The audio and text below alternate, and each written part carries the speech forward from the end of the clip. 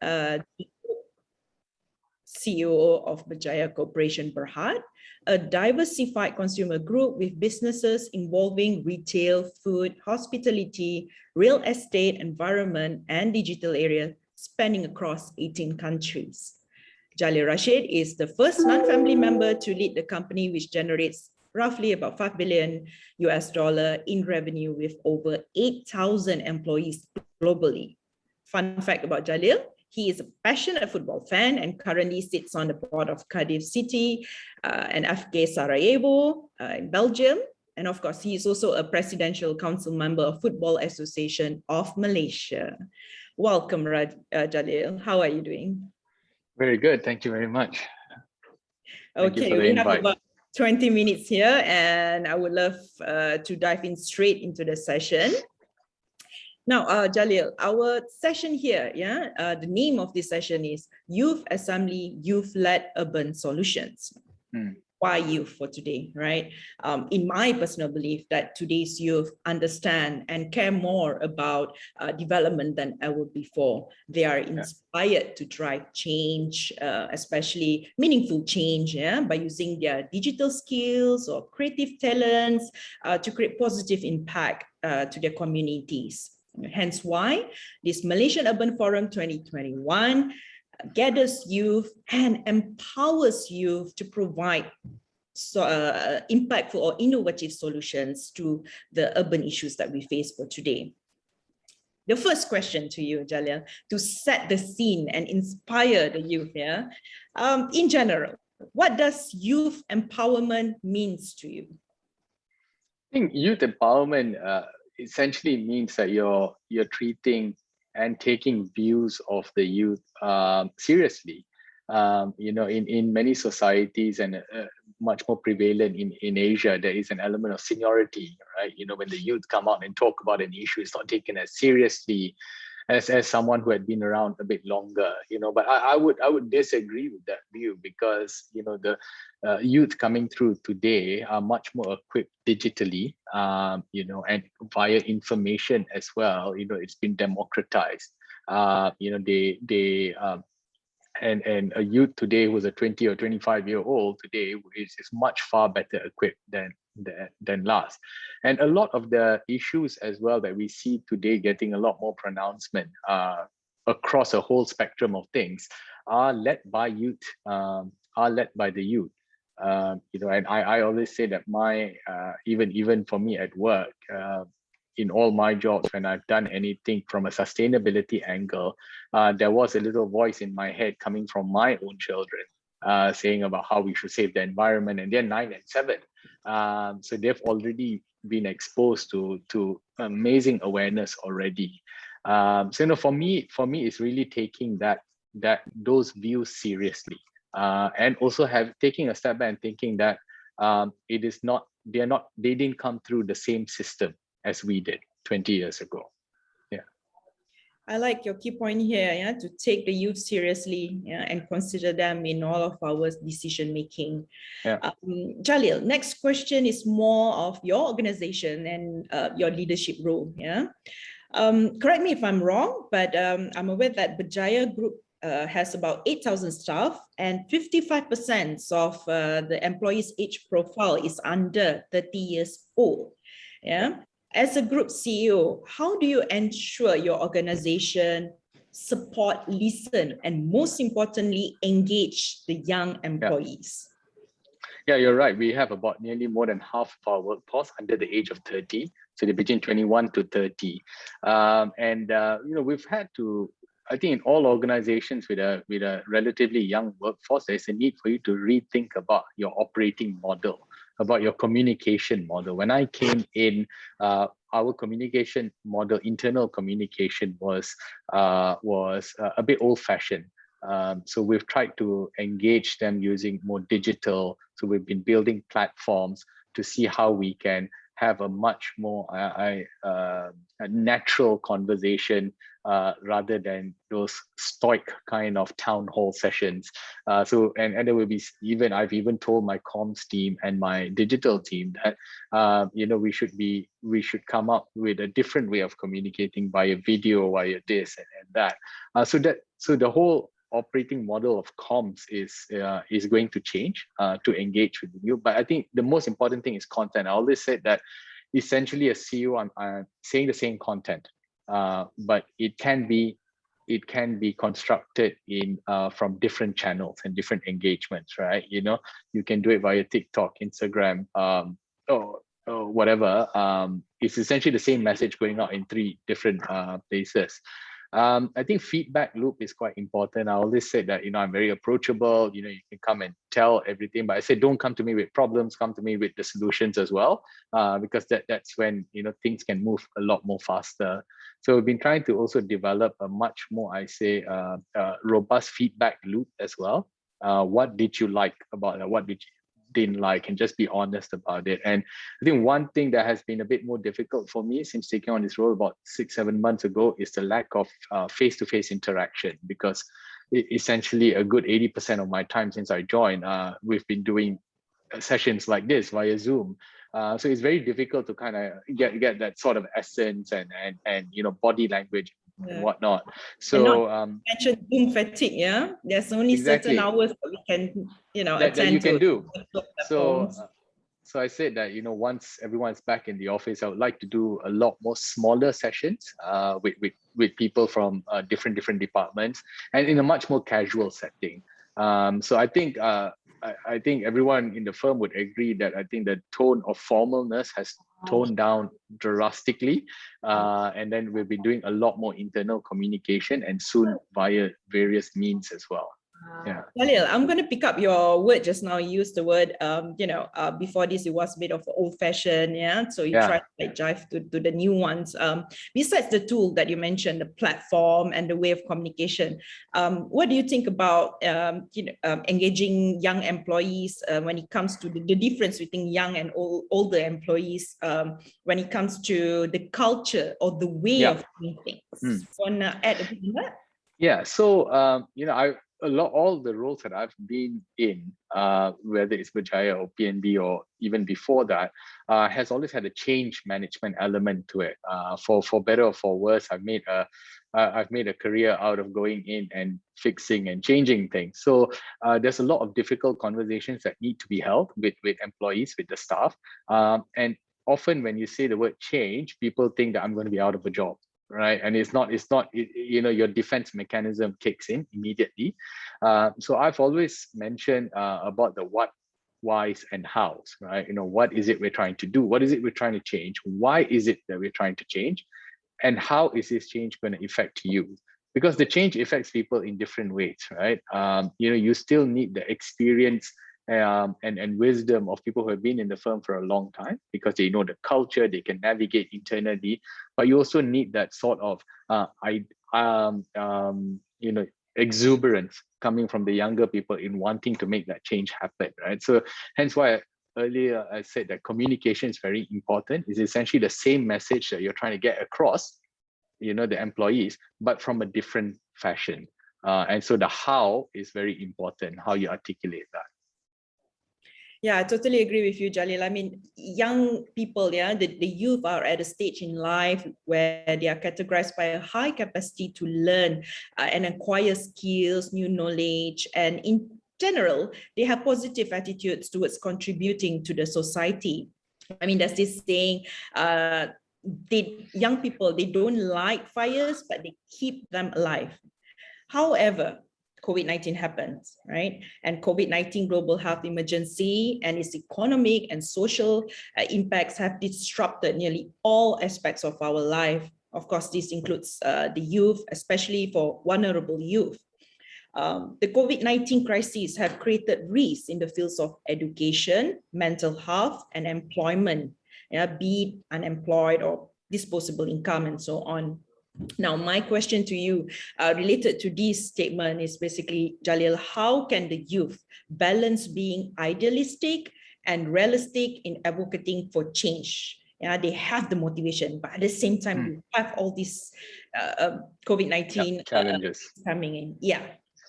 Yeah, so I think one thing to note, right? I think the younger people probably have it very, very tough during this pandemic.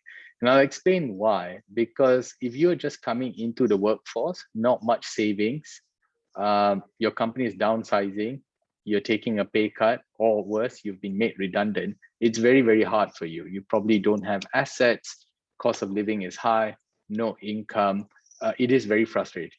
And then to then be in a perpetual lockdown mode for the last 18 months is also not very well for not very good for mental health, right? So I just wanted to kind of put that out, that the youths have it quite tough. And in terms of balancing between idealistic and realistic, I think there's a need to have both.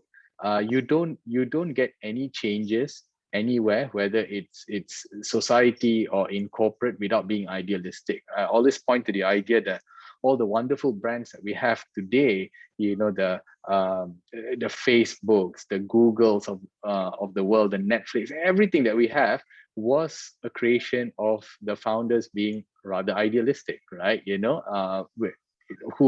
Whoever thought all these things would make sense. But over time, there was as businesses grow, you have to kind of then be able to take a step back and also see what can be done quicker, and that's when the realism comes in, right? I always say that in everything that you do, if you list down 10 things that you want to achieve, of the 10, I can assure you probably only 3 or 4 would move the needle in a very significant way. The other 6 are nice to have, but they're not going to make a bigger impact to the aim, right? So I think that's where, for me, the realism comes in, and it's always very important to have that idealism, right?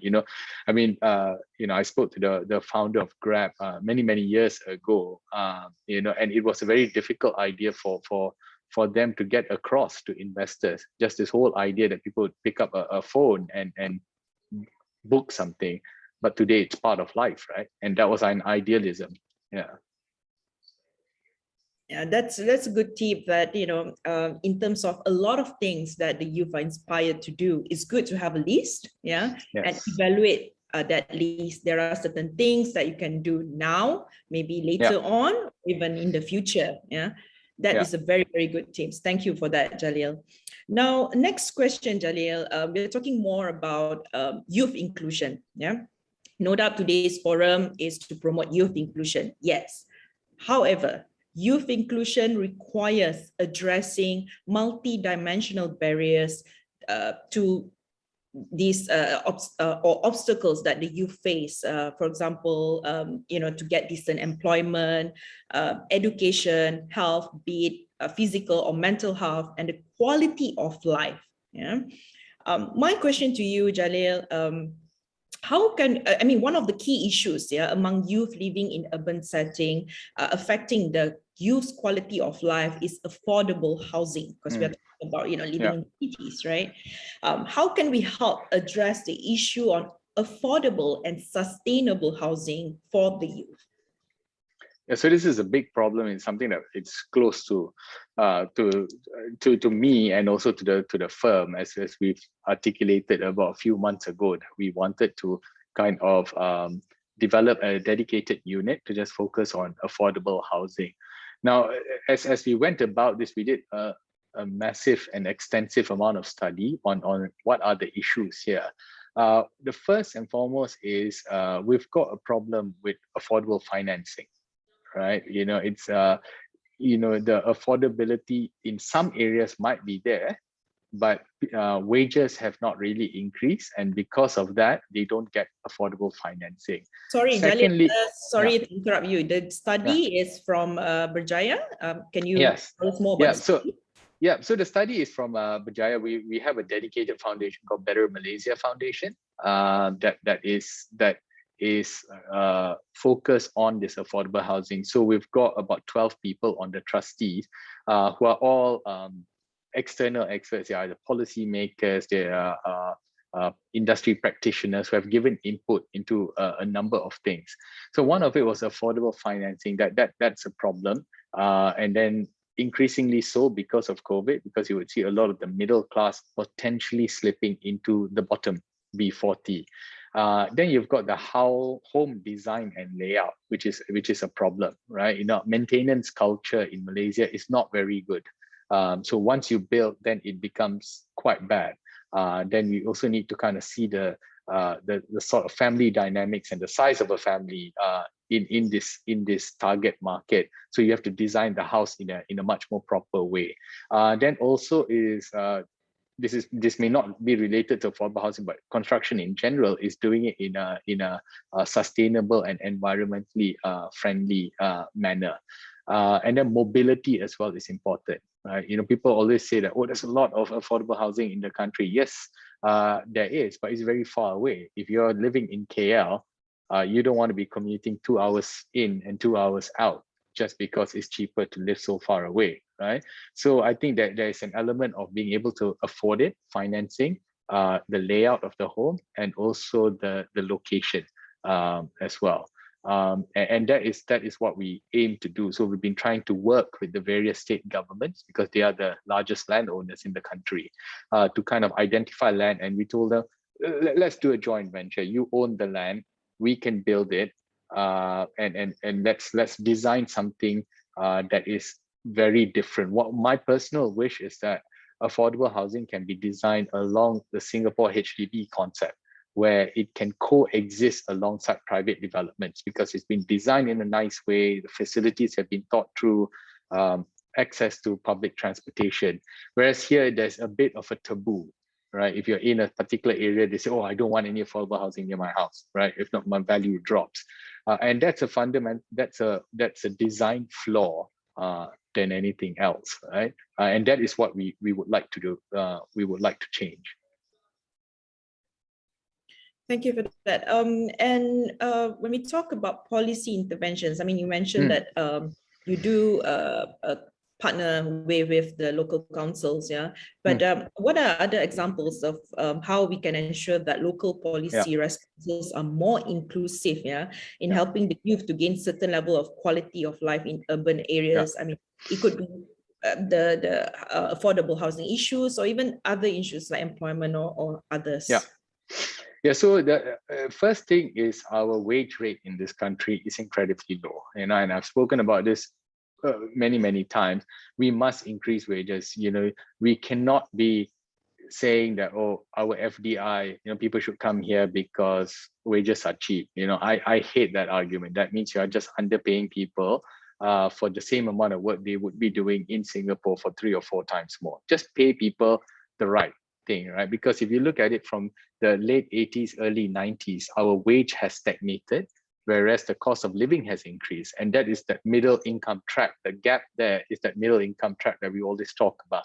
So one is that, you know, we must have a livable wage policy that must be reviewed consistently. Second is financing of for affordable housing projects. I think we must look at that a bit more separately than how we look at financing for people who are buying 2, 3, 4 million ringgit properties. And there must be a certain level of government intervention there as well. And then third is looking at potentially the preference between home ownership and rental market, right? You know, not everybody would want to own anymore, right? And again, this comes back to how the youth are thinking a lot more differently. It's okay for me to live closer to town. You know, all my access, all my facilities are there, but I don't really want to own. So again, we need to go out of this mindset that, you know, it is only for ownership. Third is also the eligibility criteria. This is where the government plays a huge role. You know, every time I talk about affordable housing, people are, oh yeah, okay, you can build 100,000 units. I said, yeah, we can, but you know, the government needs to allow us to do so, right? The government plays a very important role. In Malaysia, any property that is below 300,000 automatically gets tagged as an affordable housing, although it may not necessarily be an affordable housing. And the government would then choose who are the eligible buyers. That is a process that needs to be a lot more transparent to avoid any sort of abuse of people who are not really in that category buying 2, 3, 4 units of property. You know, so there's a lot of work. As we did this study, we found that there's a lot of work that local council, pejabat daerah, you know, state land office, federal ministries. There needs to be a complete concerted effort to coordinate everything and really change things around.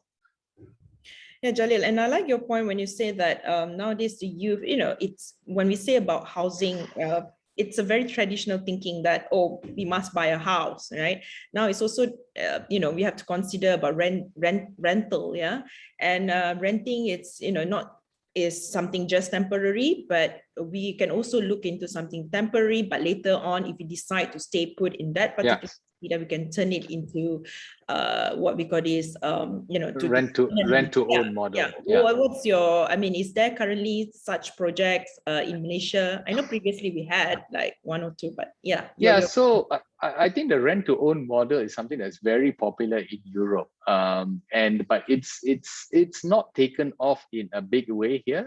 Several banks, many the large ones, have introduced certain schemes. Why do you think so, yeah, Jalil? Why is it not popular here? It's a taboo thing, we're Asians, right? If I think most of us would have grown up and Parents having asking, dah beli rumah? exactly, dah beli rumah, dah beli kereta, right? And then your ideal profession is probably going back into the accountant, doctor, engineer kind of mold, right? So I think there's a lot of more traditional thinking that surrounds the sort of behavioral aspects to that, right?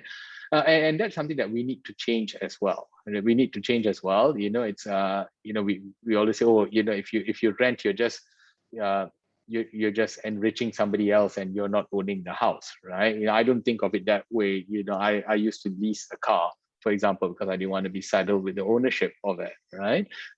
So I think these are things that perhaps the property developers need to also come out and do a better job in educating. So I think it's not something that will shift immediately. It's a mindset shift that will take a bit of time.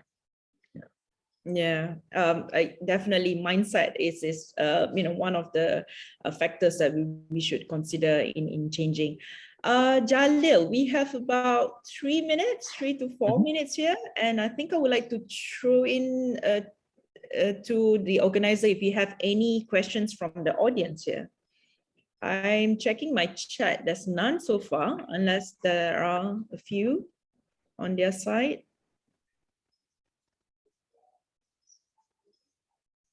I think while waiting for the questions to come in, the organizer can alert us later on, yeah? Jalil, you mentioned a lot, this keyword here, sustainability.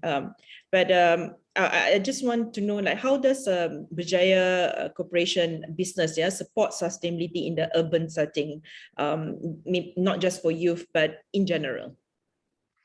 Yeah, so we've got a number of businesses which are quite clear. They are centered. The whole business model is centered around that. So we've got a waste management business, an environmental services business that does waste management solutions in urban areas and everything. And this is a company that we are very particularly proud of, and Vero Park that grew organically.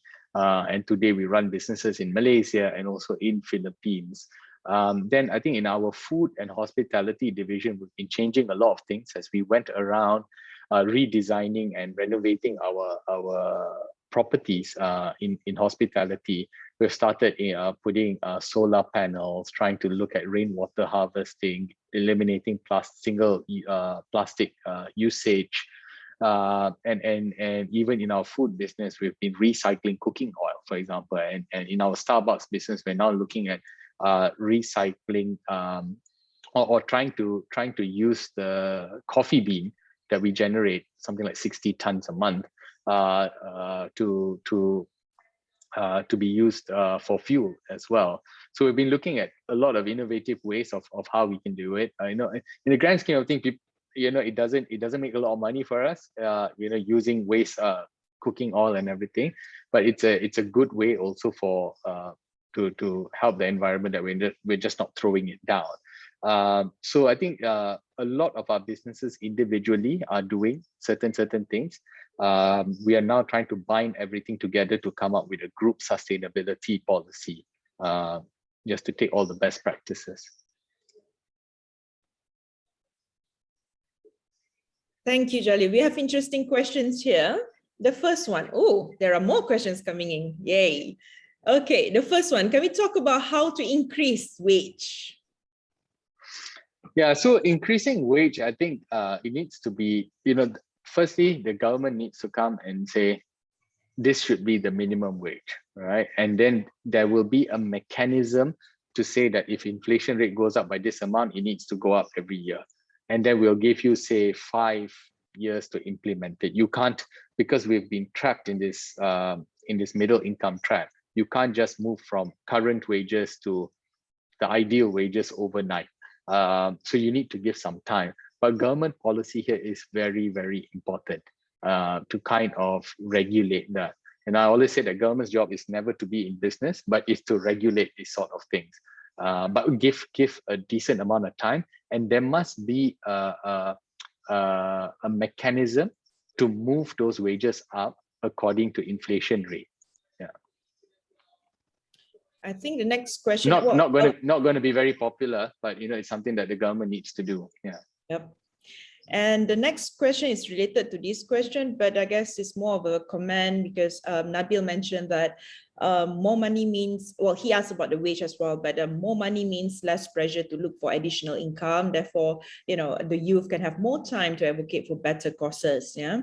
Next question from Daniel Hazik.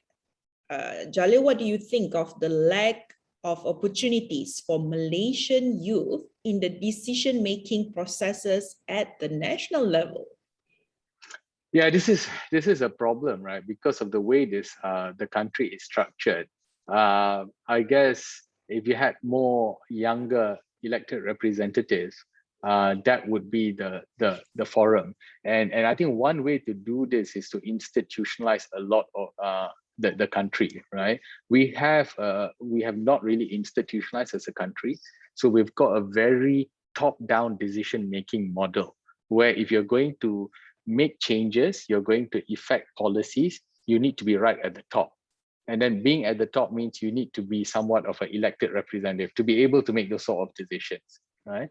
But and you see in many countries where there is a higher level of youth participation, it's because the country has institutionalized, right? You see a lot of younger leaders coming through as mayors, for example, when they have mayor elections, and then they become governors, then they become president. And you see that even in our neighboring countries like Indonesia, a lot of very young policymakers come through because they become mayors of their areas and everything. So that for me is very, very important. So once you break that mold at the decision-making level, then everything else comes naturally. For a long time, we've never had a lot of youths in corporates.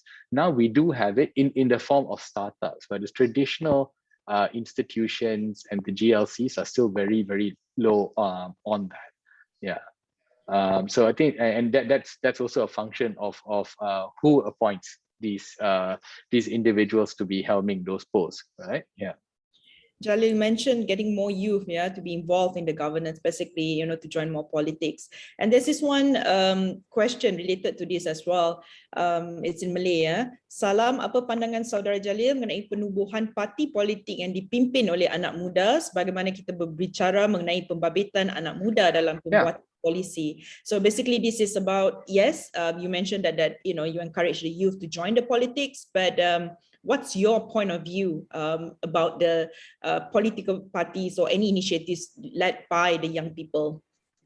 If it's youth-led and not purely youth-focused, because once you go to the national level, you are then responsible for everybody, not just the youth. If it's youth-led, why not, right? If that is perhaps a faster way for you to get participation, why not? So and we've seen that in many countries as well. In Thailand, Future Forward has done it. We've seen a lot more younger political leaders coming across many countries, and sometimes maybe the existing system may not necessarily allow you. So if there is a need to kind of create something new, why not? Why not? So it's fine. All I say is that it needs to be youth-led and not entirely youth-centric. Yeah. Okay. Thank you. It should be an overview of all the, to consider all the policies addressing not just that age sector, but any other sector as well, and other age profile. That would be good. I have one question from Bernard. Yeah, there's been mention about how we should learn to communicate with youth. However, how should developers, planners, and other urbanists integrate youth into effective community engagement around how our cities should be built and run? Yeah, I think when our cities and developments are built, property developers are one, but also then comes the people who approve your planning. And maybe you need to have a much more equal participation on both sides. It's not just a design element that is youthful and funky, but it's also people who are sitting on the city planning area to be thinking about, is this city walkable, right? Is it, does it have last mile mobility and everything? One thing I struggle coming back from Singapore 2 years ago is the lack of a continuous sidewalk, which my children always raise to me as well. Whereas you look at sidewalks in Singapore, they're very perfectly. You can walk quite a long distance without a break. Then it goes into parks and everything. And they have done it in a very urban setting. They have done it in the smack in the middle of the city. It's green. So it is doable. It is doable. So you do need to integrate a lot more youth in the decision making process. And that means the government. And somehow that maybe is a frustration for me, that maybe not many of them are involved. Not as not a fault of theirs, but in a very hierarchical system, the more experienced people would be making those decisions, right? And there's no harm for them to be reaching out and asking the views of the young. Yeah, I agree with that. And next question, regarding housing strategy, should the property infrastructure shall be able to sustain themselves, for example, using micro districts? Yeah, so that's quite a good idea. It's been done in many places, right? And there is a need to kind of also break our property development from mega metropolis to much more smaller clusters, right? And then think about how you then connect all those via connectability. And Singapore is a good example where that island of theirs is then broken out into 26 districts. And then within those districts, there are sub-districts in there. And then they kind of focus on that and then try to connect all those. And then those bigger ones then connect to the other districts. And that's how you get the entire city to be linked, right? But sometimes when we focus on big areas, we're just connecting that area. And then that area and the next big area is so far away that it then doesn't get connected in a good way. So so the key of a lot of these things is that we do need to decentralize. Yeah. Decentralization is a very, very important tool. Again, examples of countries and cities that have done well in this have been able to make quick decisions by themselves. Yeah. Jalil, I agree with you, and I would like to add my personal example. Yeah, my personal experience. Yeah, I used to live in Singapore as well for 1.5 years. When I come back, I was like, okay, you know what? I don't, let's go on with rely on public transport. Yeah, for environment purpose, to save some money and all that. Yeah, but yeah, you mentioned the word that it's not interlinked. Yeah, that was what I faced, because okay, there are certain areas that I can take public transport, but when we reach there, we still need either private transport or even, nowadays we have Grab and all that, but those can be quite expensive as well. So when I was living in Singapore, I realized that no matter where you go in this, even in the rural outskirts of the main cities, yeah, you still have that, for example, MRT, yes, and then when you reach that station, you still have buses to go to each neighborhood area. But that's the problem. Okay, you may have this train or MRT, LRT from A to B, but when you reach B, there's no bus. Yeah? So public transport is also plays a big role besides the housing strategy that we have. Correct. Yeah. Correct. And the last mile connectivity is very important, right? Because not everybody is going to be living next to the station. Yes, yes, exactly. I think we are running out of time, and sorry we can't address all of the questions here. But maybe you can email to the organizing team, and hopefully we can reach out to Jalil to answer more after this. And Jalil, before we end, do you have like a short message or to youth out there, yeah, or some advice that you would like to give? Yeah, so I've always said that, it's, when you talk about youth, it's always, people do sometimes perceive it as a us versus them kind of argument. And I say that's not right, maybe from a communication perspective as well, to focus more on what is being done. Because every time, you talk about an idea coming from the youth, I notice that it gets back down because it's, oh, you guys are idealistic and everything, right? So don't be disheartened by that. And I think as time goes on, communication and democratization of information will make this much more easier. I always look at my own children who are 9 and 7, and they are already growing up in an environment where sustainability is already programmed in their head. They don't know anything else, right?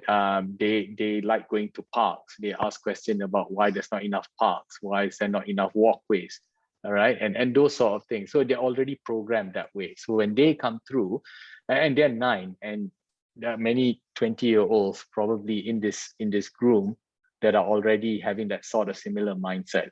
So it will come. Just keep the momentum going. Thank you. Thank you so much, Jalil, for spending your time with us today. And audience, ladies and gentlemen, I would like to end with these remarks here.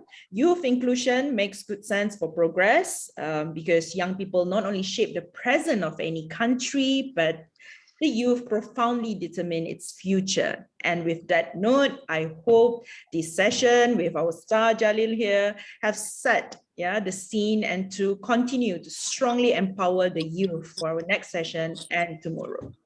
Thank you. Thank you. Thank you so much. Thank you so much, Mr. Jalil Rashid, and also Nur Asmaliza. It was a very fruitful discussion. Thank you again. And ladies and gentlemen, the assembly today is to develop discussion towards actionable recommendation building on youth-led urban solutions with the hashtag of Youth for Solutions. So let us begin on the group discussions now.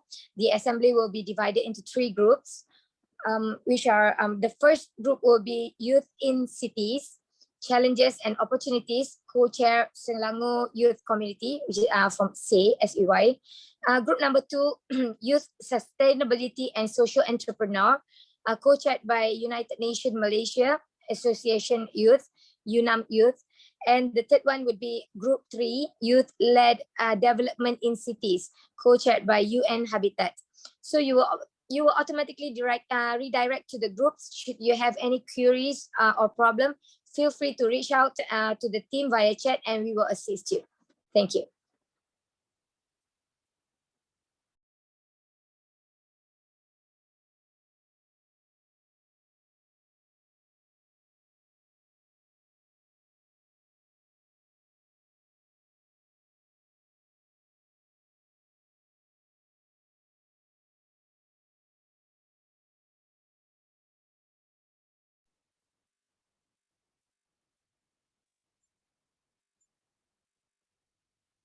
So I believe everybody is redirecting to the groups.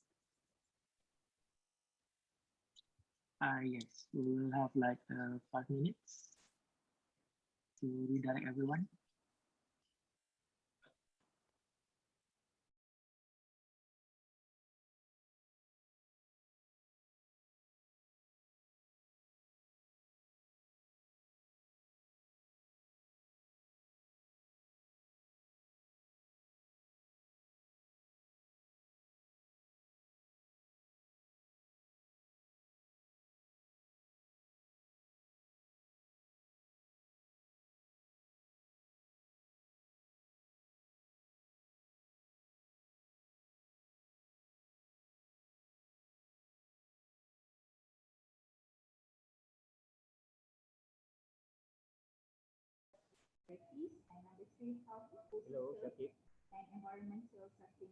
Hello, yeah.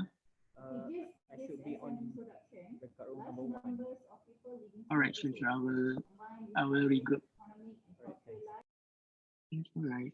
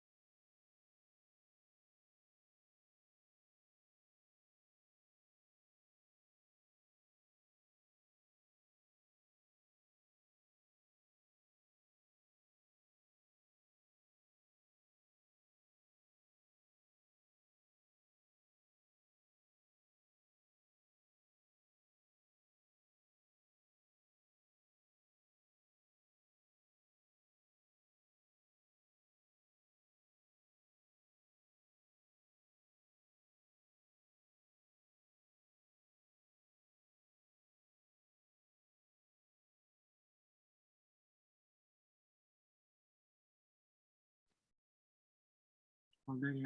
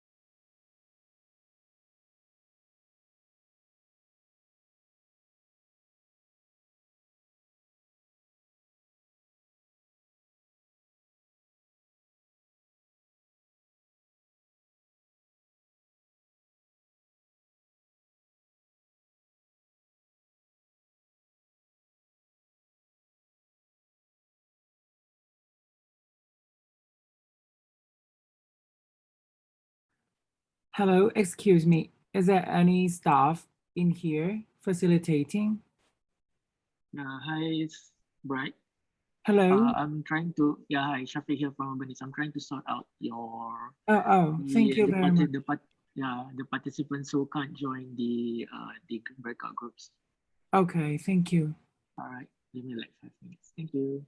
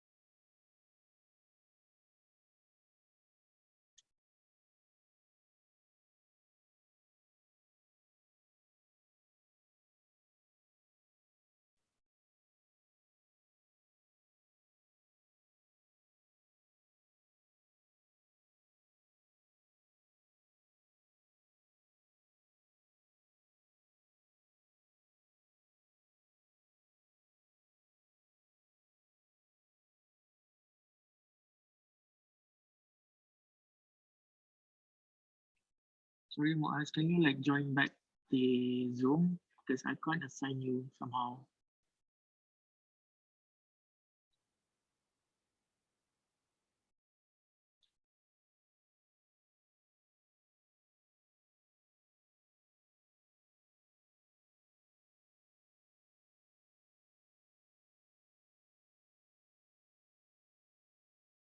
Anyone else would like to add your inputs, the challenges? We can also, Hi, you can see my screen. hi, Muaz, sorry, there's no assign button for all these participants right now. Can you like join back, exit and join back? Other clusters, yeah, such as Thank you. Sorry.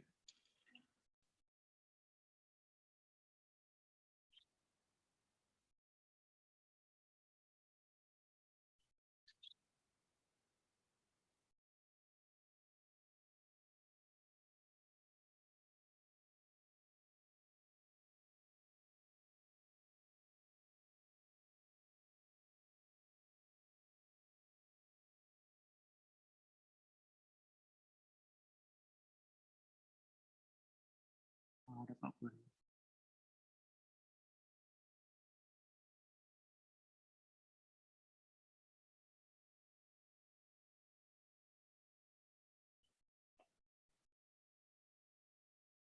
Hi, Amira. Can you also log out first and log in?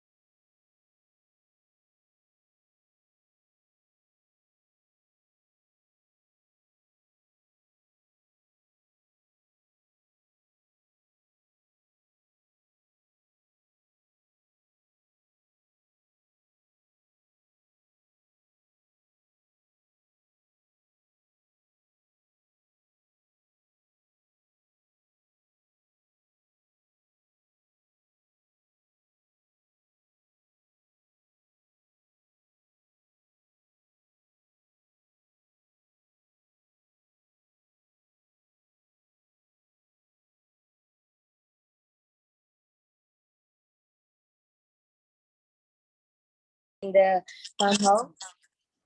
Okay, so you guys can hear me, okay? All right, so we have Mr. Zaim Mozani, the Director of External Relations, KSI Strategic Institute for Asia Pacific.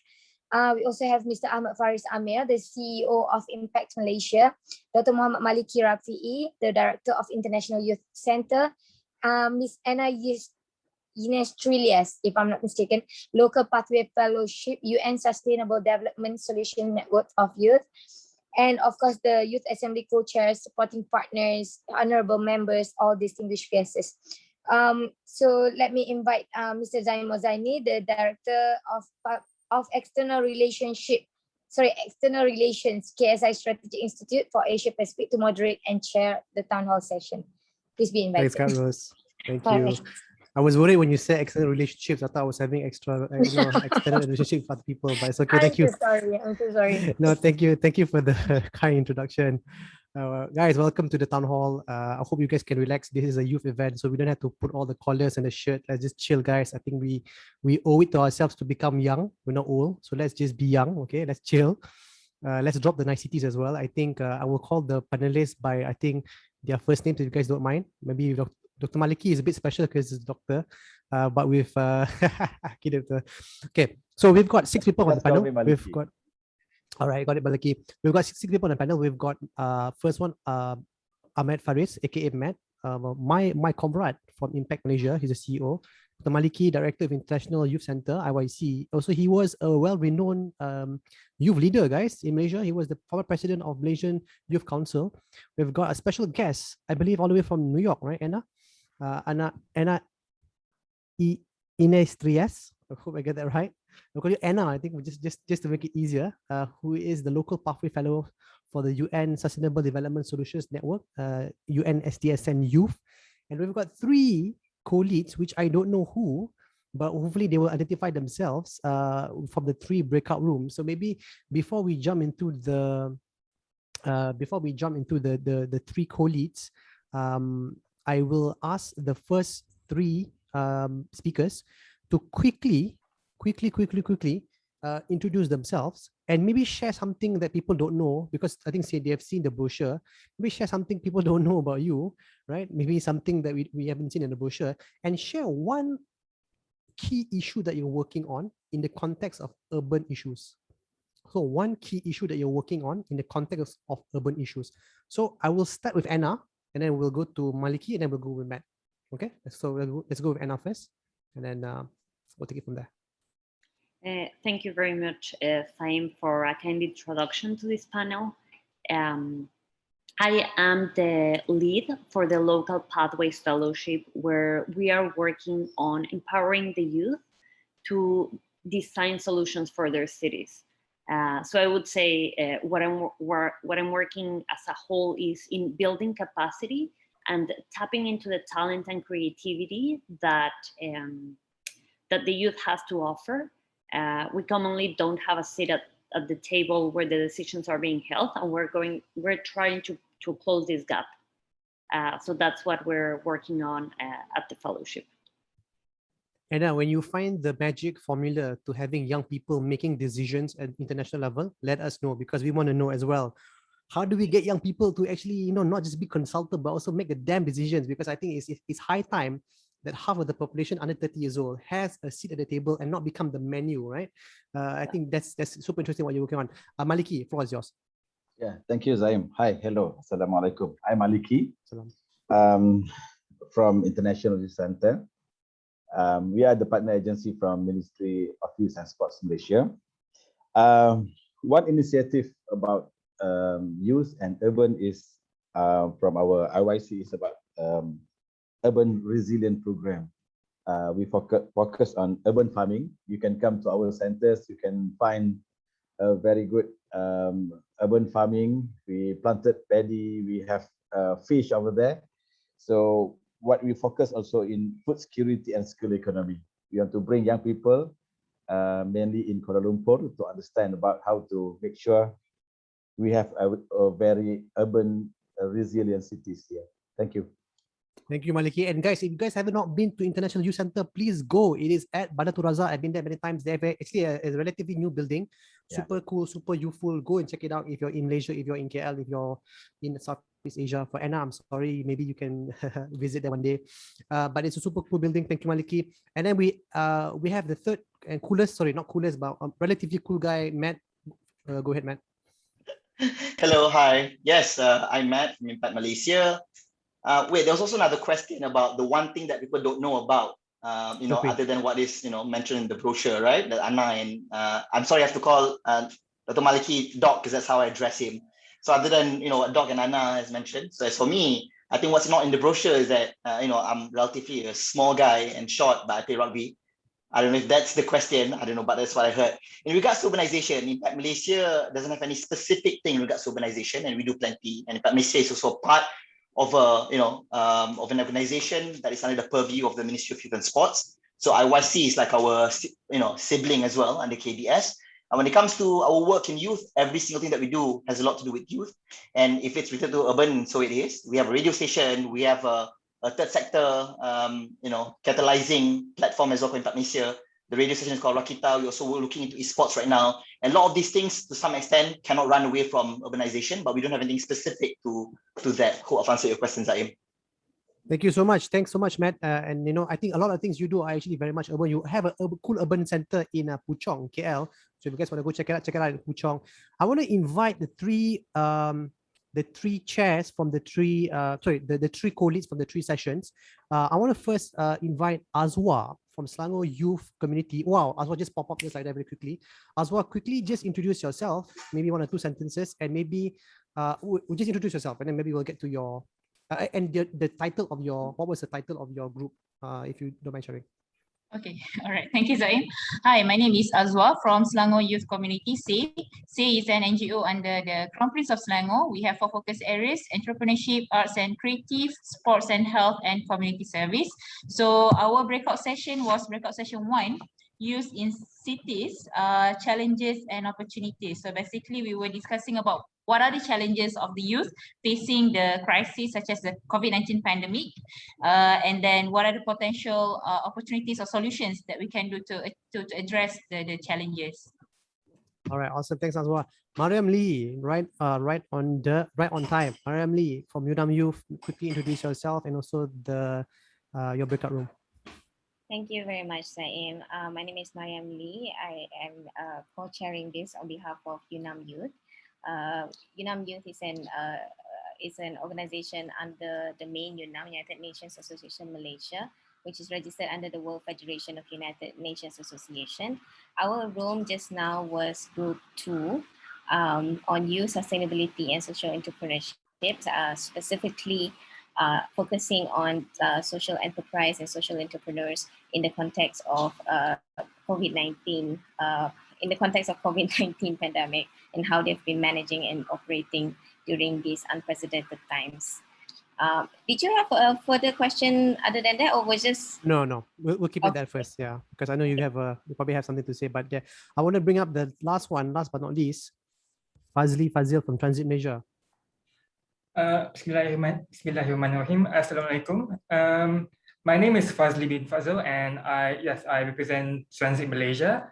Transit Malaysia is a non-governmental organization that mostly focuses on pro-public transportation policies and we focus also on urban planning policies. How can we design our cities to be better and much more livable for people like me to live in, right? And also trying to break off the car-centric planning that we have in Malaysia. So just now our session was about youth-led development, which was chaired by UN Habitat, and the discussion was mostly centered around how can we get the development. We'll get there, don't worry. All right. All I need was a title. We'll get there. Don't worry. We'll get there. Okay. Don't worry. Yeah, I'm so sorry. Right. That's why I know you're excited, but we are super excited as well. I want to quickly jump into, I think there's just a few key points. Sorry, organizer, if you can just go back to the highlighting all the speakers, that would be great. I want to quickly highlight, okay, if you can't see what's going on, just go to gallery review, guys. But I think if the organizer can highlight all of us on the panel, that would be great. I want to quickly talk about a number of issues that I think that were raised I was in one of the rooms earlier, so that was great to be there. and just looking at Malaysia, because a lot of discussions happens in Malaysia, with 70%, 80% of Malaysians actually urbanized, and that's 80%. 8 out of 10 Malaysians are actually living in urban areas. Okay, and that has a slew of urban issues, right? Housing, traffic, pollution, public education, crime, employment, climate change. There's a lot of different issues out there, and I want to jump to, and I will go down the list in terms of when we see young people in urban areas, what has been, in your opinion, the biggest challenge in making progress vis-a-vis youth issues in urban areas? What do you think is the biggest challenge that in your observation that you've seen so far? So I can tell you for a fact what the biggest challenges are. We actually wrote a paper last year on this. As I mentioned, the fellowship is a program where we train young leaders around the world on how to navigate the development of their own project and how to implement it. So last year, we looked back at the cohorts we have run so far, and we went out and asked them, like, what are the biggest challenges you are facing out there? And number one was funding for their projects. So getting the money to get their projects off the ground was what came up as the biggest challenge. And then following to that would be a kind of a voice in the conversation. So being able to connect with their government to implement their solutions at a city level to cause good impact was something that came up a lot as well. And then on other levels, a lack of education on the topics was also highly mentioned, a lack of access to data. But I can share with you a link of this paper on the chat so that you can take a look. But funding and access to economic resources was the highest. Sure, thank you so much for that. I want to jump to a sort of a quasi policymaker view, Matt. When you look at young people, and this is building on what Anna was mentioning, sort of this access to funding and also access to economic resources, and you work with a lot of young people in urban areas, especially in Klang Valley, in Puchong, this is in Malaysia. What has been, what is your senses? What are your senses when it comes to government, or in your capacity as government agency, in helping young people? Do you think it is easy as deploying a project and then just having an impact, so a linear process, or do you think it is so damn difficult to actually do engagement, actually have real impact that you can measure? What has been your experience, Matt?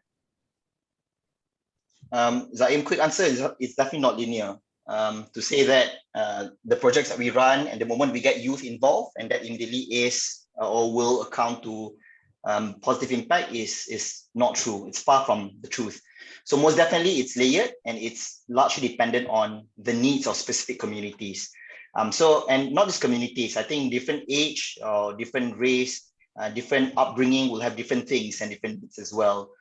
So pretty much why, at least Impact Malaysia specifically, in our approach in dealing with the youth, it's definitely something that you mentioned earlier, and that's pretty much something that we resonate well, is to put, let them have a seat at the table.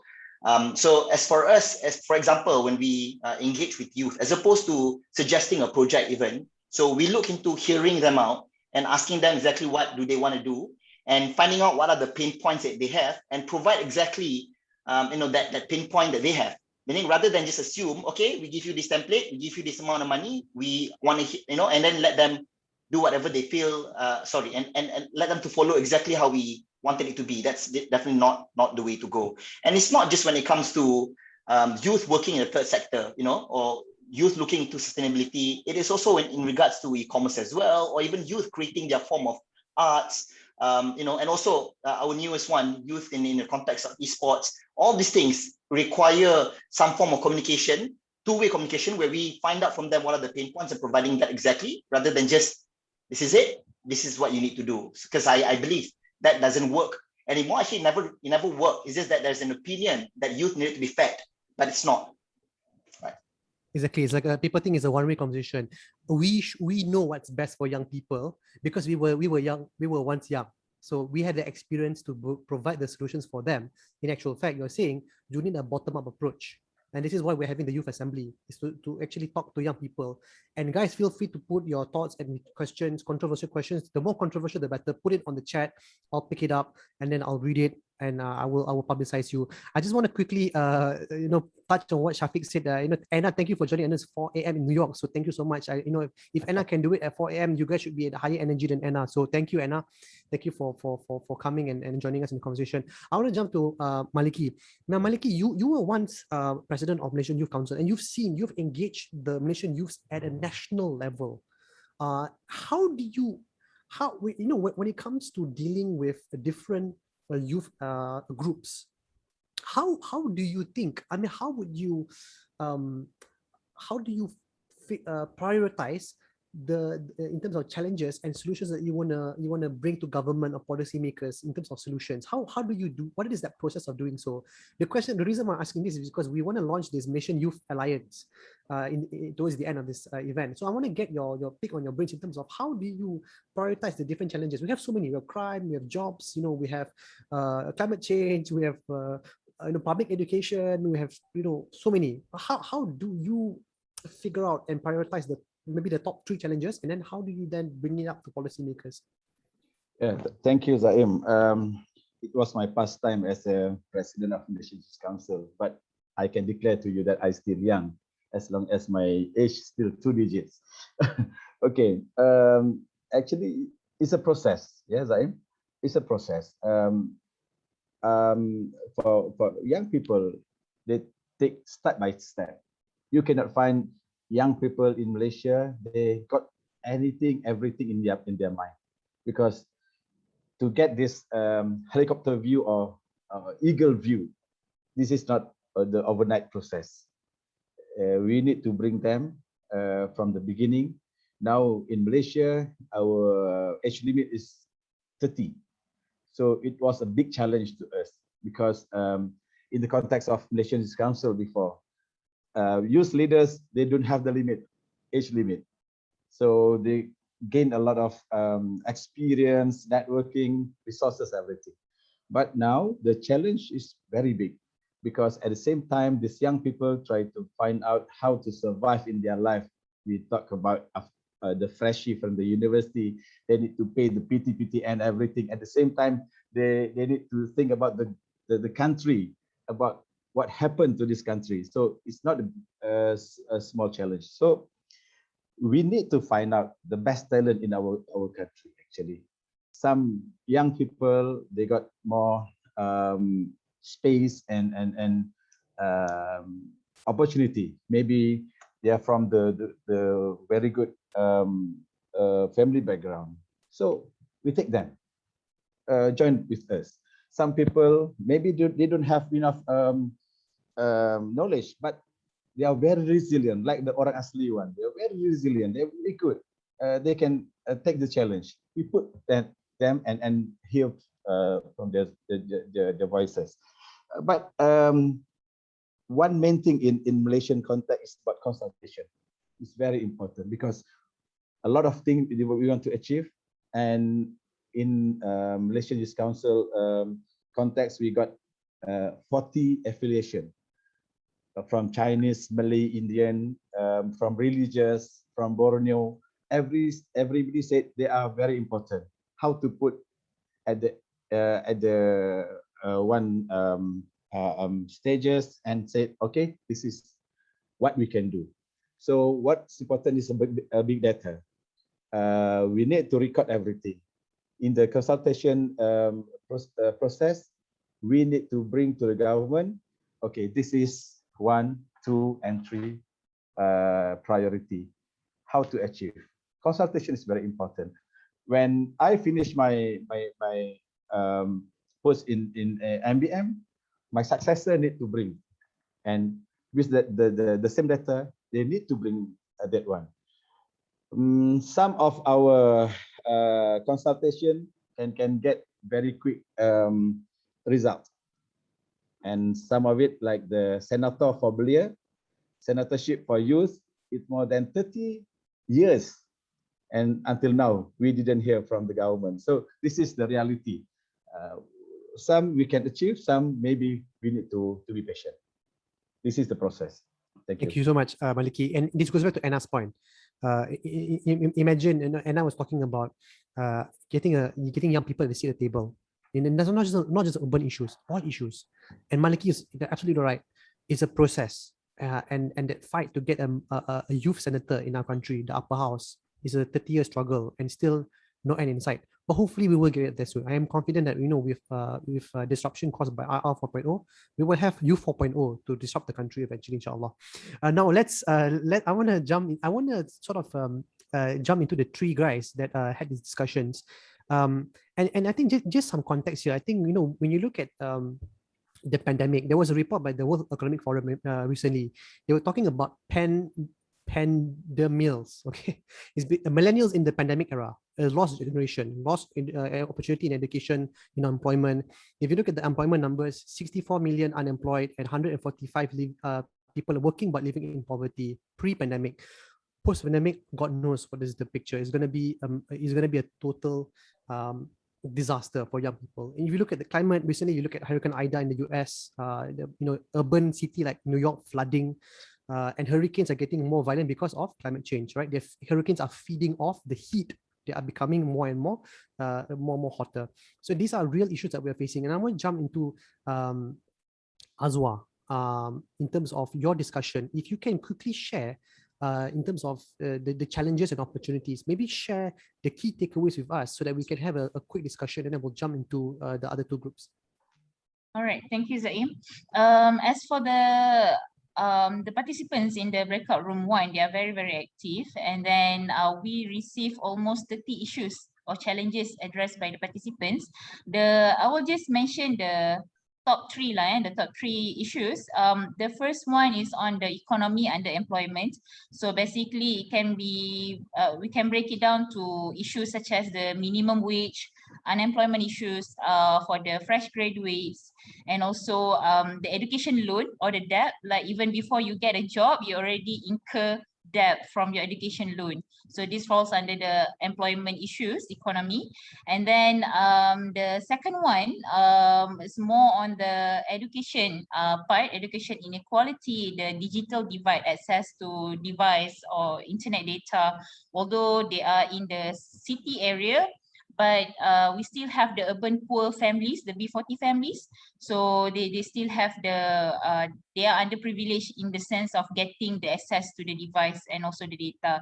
And the third one is more on the issues such as mental well-being of the young people living in the cities. Like they feel like they're being trapped, and then being trapped in terms of they have to work from home and things like that, cannot meet people outside of their house. So the mental well-being issues among the young people in the urban areas. So those are the top 3 issues. Thank you so much. So there was sort of this economic issue on minimum wage, employment, and loan and debt. The second was on internet connectivity, and third was on mental health and mental well-being. So thank you so much, Azwa. Very, very enlightening discussion. Mariam, which is group 2, is having a little bit of connectivity issue. But I think from the discussion that we had, there was a lot of discussion, firstly, on social entrepreneurship and how it is important for young people to have that social objective in tackling social issues, but through a business vehicle. There was also a lot of discussion in terms of having young people getting involved in addressing sustainability issues. And I think there was a sharing by AYG that was talking about how do we get how do we tackle sustainability issues, especially in low-cost housing areas, which they basically operated on, which I thought was fascinating. Great, Mariam has come in with a chat that I can finally read. So Mariam is saying that young social entrepreneurs face problems with shifting their business model from analog to digital and adapting to business for digital environment. So the idea is, I think businesses have to pivot, and especially for social entrepreneurs, they have to do the same. Thank you, Mariam, for the intervention. If you are free to come on screen, feel free to do so. I'm going to jump straight to Fazli. Fazli was on youth-led development in cities. Fazli, what was your discussion, and maybe summarize in 3 major points? All right. Before that, am I allowed to share my screen? Maybe. You can, but I think maybe we shouldn't, right? Let's keep this conversation organic, because PowerPoint by def is not something that's fun, right? So maybe let's just share. Maybe you share your face with us, and then we'll discuss on your your points. So is it okay, Fazli? All right then. Okay. Yeah. If you want, you can share the link. You can share the link to your presentation in the chat. We can have a look. But I think for now, let's just keep this interacting, because I think everyone's looking at your face, and it's great to have the interaction. Okay. So one of the three major points that I've gotten from our Padlet session, from a discussion, was that a lot of when it comes to youth-led development, a lot of the discussions that were going on were about giving education to the youth, on allowing safe spaces for the youth to have a conversation about how we should plan our cities, and to also allow connecting with partners as well. So in terms of education, education and capacity building, I'm just reading from the Padlet over here actually. There's a lot of conversation about how there is a need to invest more in education for youth beyond the classrooms. This includes trying to invest more in youth developments that starts from the grassroots level, and what I think I can understand from this was that it's something about investing in the youth to allow them to run their own activities. And I can see the point, like for example, like how if you guys heard about the Malaysian youth delegation, and also about Malaysian Youth for Education Reform, those youth groups like that, they are mostly allowed to operate because they are given funding to do so, and therefore the youths are able to run their own projects that can benefit themselves. That is one of the benefits of investing in these youth when it comes to capacity building. Another one is also about safe spaces. I think in terms of safe spaces, I'm trying to understand over here actually. So safe spaces are very important in allowing for the youth to talk, because it can be used for a lot more activities. It can be used as a platform for the stakeholders to engage with the youth. And when I mean by engage, I don't mean by like just trying to speak out your plans and what you want the youth to do, but to allow the youth to speak out about their problems and to put it forward to the stakeholders and the government. That's pretty much like, for example, like in urban planning, probably it will be with the local government in trying to plan out their local plans and such. And also about, I wish I could share my screen. I'm just trying. You're doing great. You're doing great. I think this is great. Right. Thank you. Fazli, don't worry, we'll come back to you, but I think the point on safe space is super interesting. I want to jump back to Anna, if you guys don't mind, and then I want to also hear from Mariam, because Mariam hasn't been able to speak. Anna, there is this idea, and there was this chat just now in the second group that I was in, that young people shouldn't be discussing just among themselves, because then it defeats the purpose. You need to have a platform where everyone from different ages can come together and have a discussion in the issues that affect us. What are your thoughts in terms of, and this is the context of us wanting to form this youth alliance? Do you think it is important for us to engage all segments of society, and not just focus on young people when it comes to discussing youth issues? I want to get your thoughts and experience when it comes to whether it is important to do so, to engage beyond our youth groups, and how would you go about doing that? I definitely think there's a lot of value on bringing multiple networks together for knowledge sharing. And well, as you mentioned earlier, I think how to go about that is the magic question. We need to educate on the importance of this, and to provide the platforms where people can connect with each other, both cross-sector, across ages, and also across countries and across cities, because there are many lessons learned that others could save up time in developing. But if they only heard stories from a different city that is their same size and has like the similar type of issues. So yeah, knowledge sharing networks are a big asset, which is what we consider the biggest asset of our fellowship. The fellows being able to connect with other people that are interested in the topics, that are in different cities, that can tell their story of what has worked or not for a specific type of solution they're looking for. Thank you so much. Make to the side. I think you make a good point in terms of a lot of the change that we can make is at the city level. A lot of the mayors actually can make direct impact compared to presidents because they have that view. And if the young people can look at it from that same lens and engage people from different cities and different urban areas, they can then knowledge share and potentially do collective action to tackle issues. One of the questions is interesting in the chat by Bernard, and I want to pose this to Matt because Matt doesn't really identify Impact Malaysia as doing urban issues, but this question is, should we problematize the fact that we are overwhelmingly focusing on urban youths? Our regional and rural towns and cities also you have youths and lots of untapped potential that successive governments haven't taken on. Matt, what is your take on this?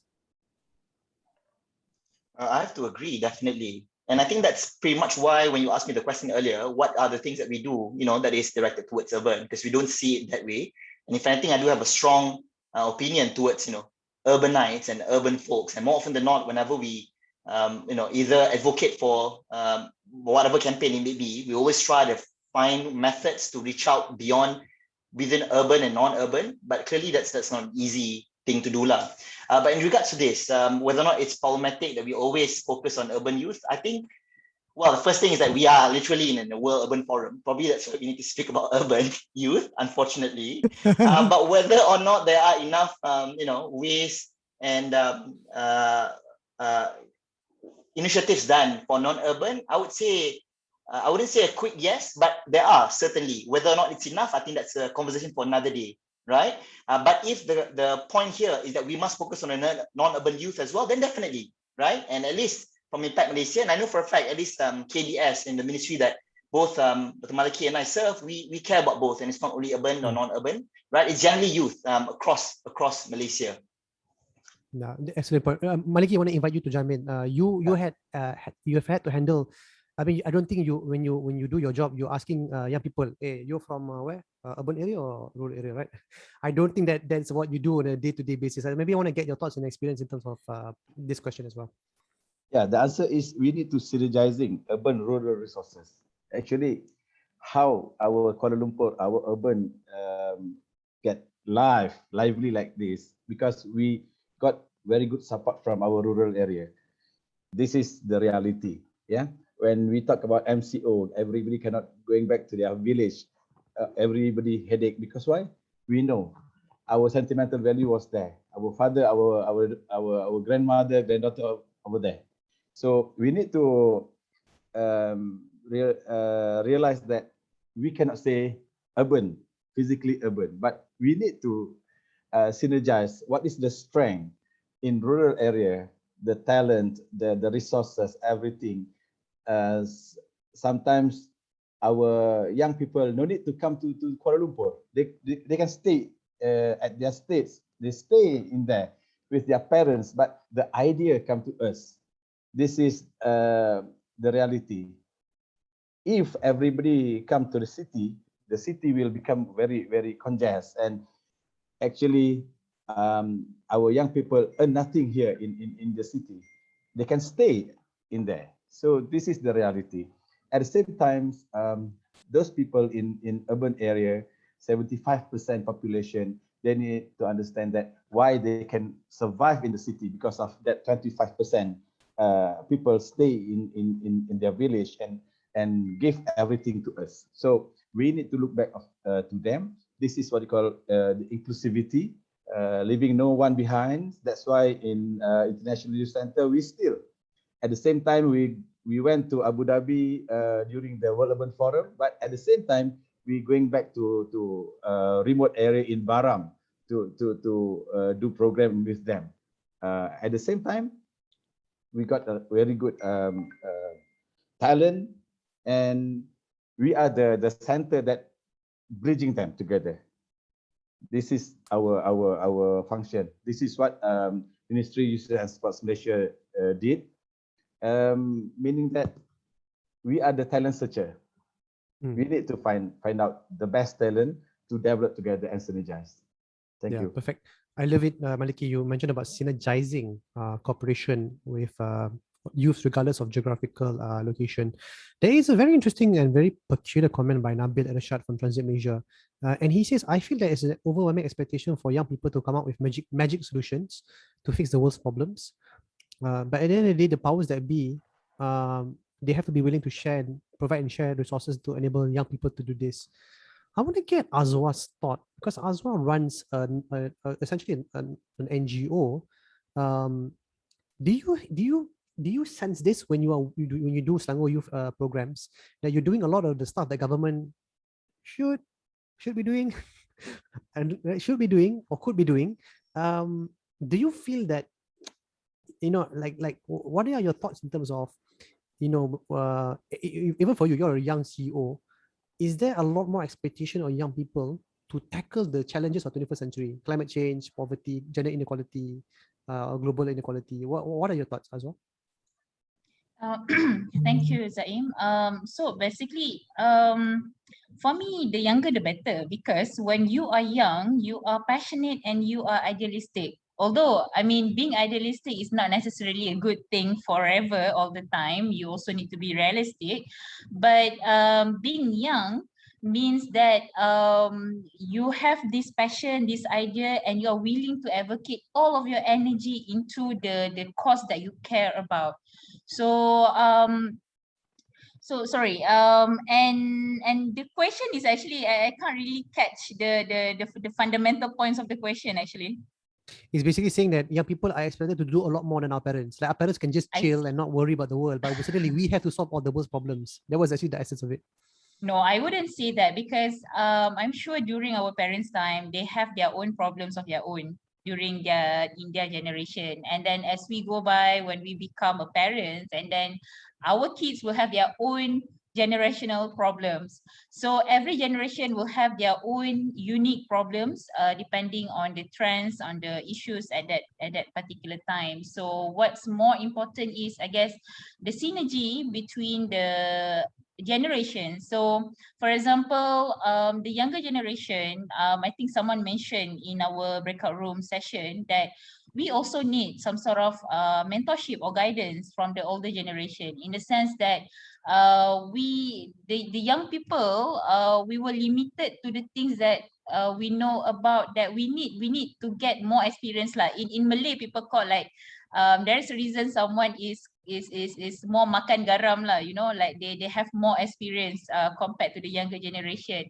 So I guess that's the importance of also always, as the young people, don't be arrogant, always try to get feedback and guidance from the older generation, but at the same time to reflect on the guidance and check with your peers, and then see whether it's pragmatic enough, or whether it's relevant or not. So at the end of the day, for me personally, I always like to have a group of like-minded people, whereby we can always stimulate our brain to think progressively, and then to think out of the box. Because if we stick with only the group of people that we are comfortable with, we'll be comfortable with whatever the issues that we have lah. Macam, we don't go beyond that. So yeah. Thank you, Azwa. I think you're absolutely right. I think there is no need to separate or divide ourselves based on our age groups, right? Absolutely right. I was just provoking you, because actually the person didn't ask that. Me being a troublemaker, Dr. Maliki in the question says, Anna, do you know what's makan garam? And then is inviting Matt to answer, to give context as to what does makan garam actually mean. So maybe Matt, could you contextualize makan garam for Anna? I was hoping you guys would ignore that. Thought it was just, for something for us to laugh about.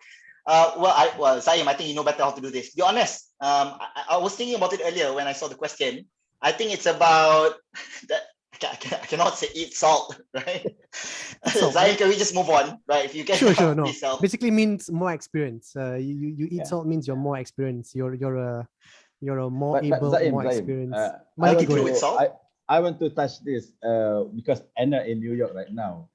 I got experience 2012 in UN Youth Summit over there. I'm representing Malaysia. Very funny when I called another candidate, another participant, to taking my picture, and then that girl said, "Okay, uncle, I will take your picture," meaning that I'm too old over there.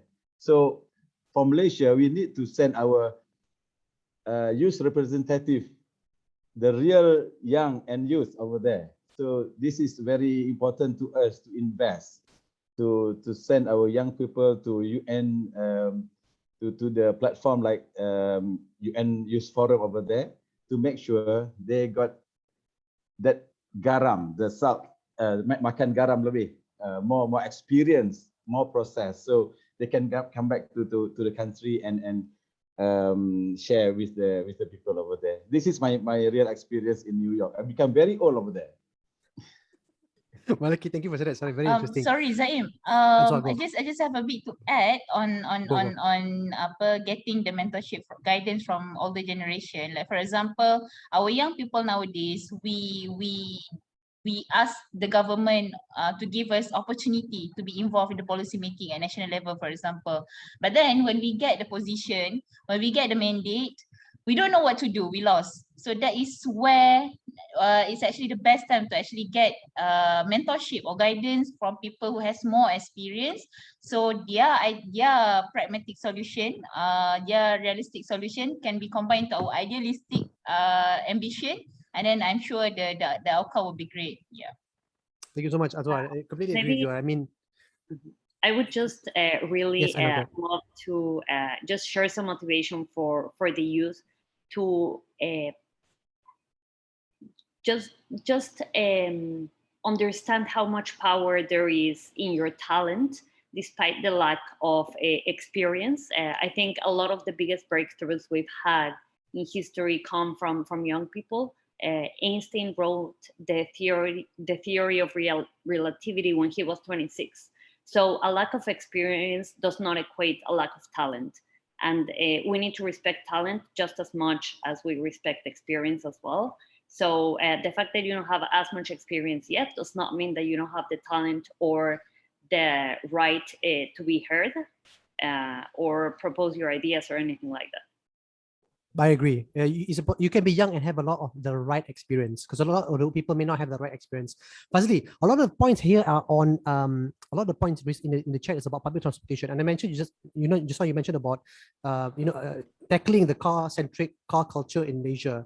I want to get your thoughts in terms of how would you see as the practical few steps that you can start in terms of chipping away at the car culture in Malaysia, so that young people, everyone can just be taking more public transportation and relying less on private transportation. A few steps. Okay. First of all, get the government to invest in a public transportation system first, rather than just building a few MRT or ART lines or whatsoever. Because what I noticed from how can I say this? What I noticed from most of these new public transportation development is that they mostly focus on building like these fancy MRT lines, but they don't focus on building like bus systems that will connect to every single neighborhood. They don't focus on trying to give out information to the public on how can they use this public transportation. Sometimes they even make it hard by trying to force you to download an app just to get you on public transportation, and that's a problem especially for the B40 who don't have smartphones, or for refugees who aren't able to access these public transportation options. So I would say that investing in trying to build a very inclusive public transportation system should be the first step first, and this can't be done by just simply getting youth input. This must be done by actually doing the job for people and recognizing the issues that the youth have and putting it into the job. So and yeah, I think and another point, let me just try to think of another point, because I honestly think that we don't have a inclusive public transportation system here, which is why I'm in Transit Malaysia right now. What else should I say? I think that's it for now. It's just to invest in public transportation. Sure, thank you so much, Fazli. You're absolutely right. Government has to invest in build the infrastructure, not just the big sexy projects, but also the ones that actually people need to use in different areas that are not covered by government. Okay. I want to give. Sorry, Fazli, you want to say something? Yeah, I'm actually thinking about adding a bit more. Am I allowed to do so? Yeah, go ahead. Okay, so another one is that another step is that we also have to involve our planning authorities in ensuring that we don't build highways or do any more road expansions anymore. Because what I see, for example, in Kuala Lumpur, for example, like in Kampung Baru, DBKL recently accepted a project to connect Kampung Baru with the Ackley Highway. And as you all know, the Ackley Highway goes above the river, and pretty much is an eyesore for the river itself, and pretty much causes a lot of noise in KL. So and not just KL, but also in cities like Kuching, Kota Kinabalu, Kuantan, they're building all of these flyovers above these kampongs, above these cities, and it's making the city much less livable, because like it encourages people to move farther away from the city center, because like the city center is so noisy and it's always filled with cars. And so there is a need to actually implement transit-oriented developments that will be integrated with the public transportation system as well. And what I mean by transit-oriented developments, I don't mean by the ones that the developers always keep on harping over. I don't mean like, for example, like, you know, they say like these TODs that are often cost like 600,000 ringgit and above, very unaffordable. But I mean like TODs that are also connected with the bus system as well, that are actually integrated with each other, the ones that are walkable, they are not ungated, they're ungated communities, because urban planning is always integrated with public transportation systems, and urban design is also interconnected. People need to walk to these public transportation stations, and in our current state right now, our MRT stations are always placed above highways, and they're always very inaccessible, what I feel, for people to access. I think I'll stop there for now. No, very, very, very good thoughts. And I want to give a shout out to all the Transit Malaysia people in the house. I think there's so many of you here. To be honest, it's my first time hearing you guys, and I've been loving hearing what you guys have been saying so far. Love the fact that young people are actually trying to champion. If you look at Fazli's backdrop, pengangkutan awam adalah hak asasi manusia, public transportation is a human right. And I shout out to you guys, Transit Malaysia. Thank you for coming and contributing. To Nabil, I apologize, Nabil, I was just spicing up the comments, so please don't fault me. I'm a troublemaker. I gotta make this thing exciting, right? Okay. We are at 10 minutes to closing this session. I want to spend a little bit of time to everyone here. I know Mariam couldn't be joining us. She is here, but I think she has a connectivity issue, and that's another urban issue that we have to tackle in due time. But I want to ask all 6 people in terms of the organizer of this event wants to create a youth alliance, the Malaysian Urban Forum Youth Alliance. And the idea is to, that this conversation doesn't just end here today, but we carry on this conversation and do projects until next year, hopefully, right? Until perpetually, we can update on progress next year. I want to ask, in terms of, if you were to foresee a Malaysian Youth Alliance on urban issues, what do you think are essential that you need to think about and consider when you want to start such an alliance? And maybe we don't have to look at it from a Malaysian-centric viewpoint. So I want to start with Anna in terms of, based on your experience in SDSN Youth, what do you think is the essential component and ingredient that you need to consider before you start such a youth alliance? Well, I think just getting people together has a lot of power. As I mentioned, we have realized that that's one of the biggest assets for our fellowship. Just getting people together in the room talking, whether it's online or in person, has a lot of value to add. That's a great start to having people talking about these issues that we have in common. I love Fazli's comment that we're a bunch of pissed off youth, so I'm gonna have you last to chime in because you've been bringing that fire. Let's go to Maliki. What do you think is the ingredient that we need to consider and have for us to have a successful Malaysian Urban Forum Youth Alliance? Yeah, we believe that cities is a centers of creativity and innovation. And at the same time, cities are incubators for our social, economic, environmental, political, and cultural progress. From cities, we can get the right character for our country, actually. If we taken care of our 75% population in cities, we can confirm that our country also in good hand. Yeah, if we have free crime communities in the cities, we can make sure we are more safer than others. So that's why we need to bring technology, innovation. When we work with young people, we need to guide them.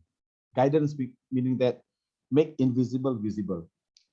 Let's they understand and have a very good worldview, understand from different angle. So they will have more wisdom and understanding. So that's why we need to engage with them. Like in Kuala Lumpur, I think we need to encourage them to find out easiest way to help people. Yeah, during pandemic, during this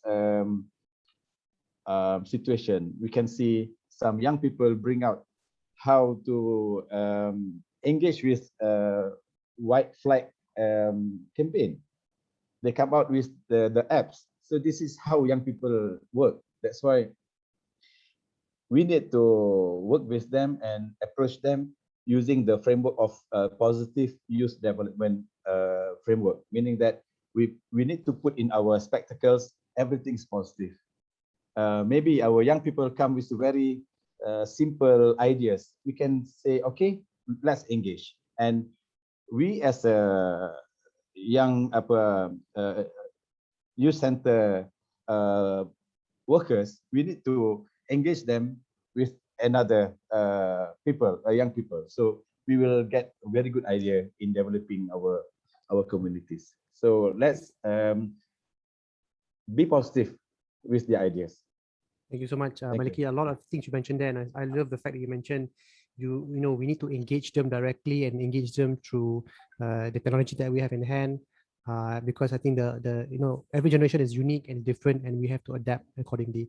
Matt, your thoughts on a key ingredient or formula or something to consider when it comes to building the successful MUF Youth Alliance? Right, I'll take a different position instead. I think there's no secret in what we should be doing moving forward, you know, to make it successful. Truth be told, at this point, youth and whatever that we worked on, our initiatives, the campaigns, how angry we are and whatnot, we are on the right track.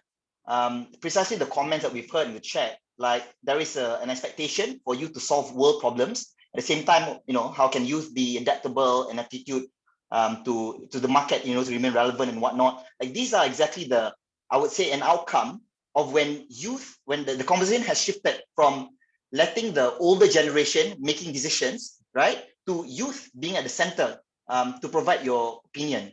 So, I mean, I think we need to take a step back and celebrate the fact that at this point, a lot of the things that us youth are doing are making an impact.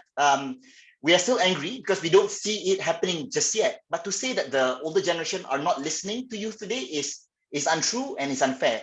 But whether or not they have the right comprehension and have the right political willingness to listen to the youth and get it done, and at the same time, you know, work around the bureaucracy, work around the politics, and whatever that may exist within, in between, you know, their ways to solve problems the way youth want it to be. But I can say we are getting there. Also, maybe it's about time that we stop saying that millennials and Gen Z are forgotten. In fact, I think Gen X, the generation that is forgotten, you know, the generation that are what 40 plus, that are almost always subservient to the boomers. So we always have a campaign, okay, boomer and whatnot, we make fun of boomers and things that they say. Imagine the Gen X today always have to listen to the boomers, and only until now that the boomers are looking at our generation to, you know, to hear our thoughts, to solve the problems, right? So the key ingredients, it could be many things, and there are many different ingredients needed for many different things. However, we are on the right track. So whatever that we are doing now, I mean, be it from Transit Malaysia or SAY or any other youth groups or individuals, right?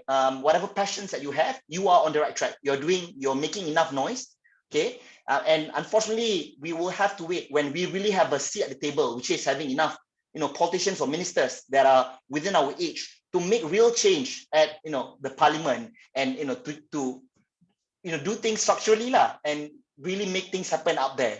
And until then, we will continue doing this. And I think the Alliance will have to follow whatever the success recipes that all the other youth organizations have done so far.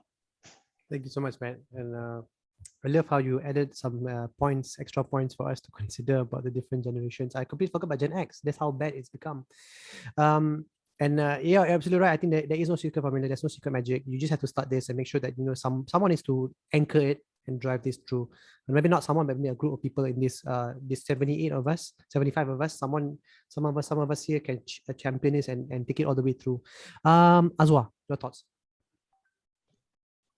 Thank you, Zaim. I think what's most important on the Youth Alliance is that to get the buy-in from other youth leaders or youth organizations to support the cause under this alliance. And most importantly, this alliance must have a clear objective of what do you hope to achieve. Because something without a vision is meaningless. I mean, you can have like so many alliance or so many group network, youth network, but how often do you see that the so-called youth alliance or youth organizations go? We don't know what they do lah, basically. So that's why we need to have a clear objective, a clear direction, and then within 1 year time, what do you hope to achieve? What are the pledge that we would like to take for this youth alliance? And also we need to get buy-in from the policymakers, from the government to endorse this alliance, because this endorsement can help to empower the voice of the alliance to be heard at the highest level of the country, at the government cabinet level, for example, and then we can propose policy implementation for the cost, whatever cost lah, whatever objective that we put under the alliance. Yeah. It's a very good point, and I think the new minister of Malaysia, the new Malaysian minister of housing and local government, Datuk Seri Nizam American, will be receptive to this idea as a policymaker. I think we should also consider funding. I think you need to have some fund to run this as well. You cannot just do it for free. I think that'll be a bit more difficult. Mariam Lee, who unfortunately cannot join us on video, said that first. Mariam, yes, she's here, Zaim. Yeah, she's not on the display. Mariam, go ahead.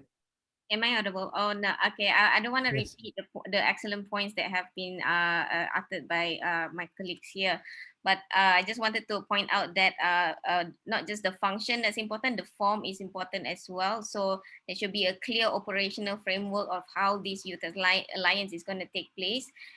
In a sense that, is it going to be like a town hall once a month? Is it going to, like the specific, and who is going to be chair, who's going to be the participant, how many hours per session, and how do we decide the system to give motions, and then how do we decide which motions gets to be debated in a town hall and things like that. So on the more operationalized operations side of things, those things, I think we are more than capable. We have brilliant minds here, and also we have the technology to do it.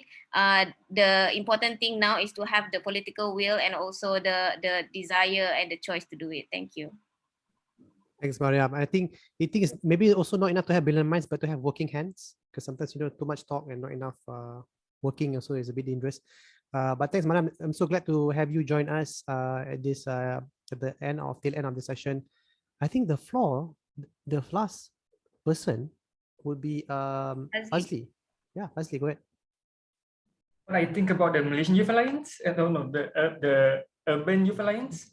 Yes, the Youth Alliance.